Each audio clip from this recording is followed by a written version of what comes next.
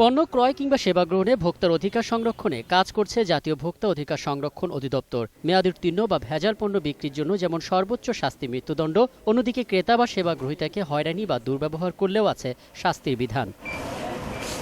রমজানকে সামনে রেখে ছুটির দিনসহ জুন মাস জুড়ে দেশব্যাপী বাজার মনিটরিং করছে অধিদপ্তর। প্রতিদিন ৮টি টিম কাজ করছে রাজধানীতে, রাজধানীর বাইরেও সক্রিয় অধিদপ্তরের টিম। চলতি মাসের প্রথম ১২ দিনের তথ্যে জানা যায়, দেশব্যাপী বাজার মনিটরিং করে গড়ে ১,৭২,১২৫ টাকা হারে জরিমানা আদায় করেছে ভোক্তা অধিকার সংরক্ষণ অধিদপ্তর। বিভিন্ন অভিযোগের ভিত্তিতে ২৮৮টি প্রতিষ্ঠানের কাছ থেকে জরিমানা আদায় করা হয়েছে ২০ লাখ টাকা।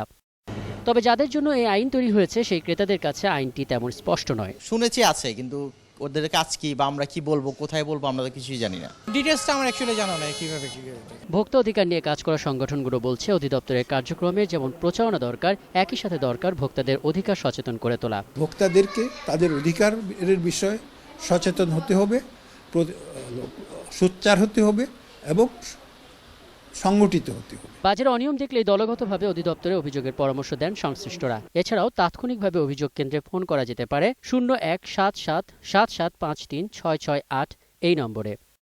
রাকিব হাসান রোমান, ২১শে টেলিভিশন, ঢাকা।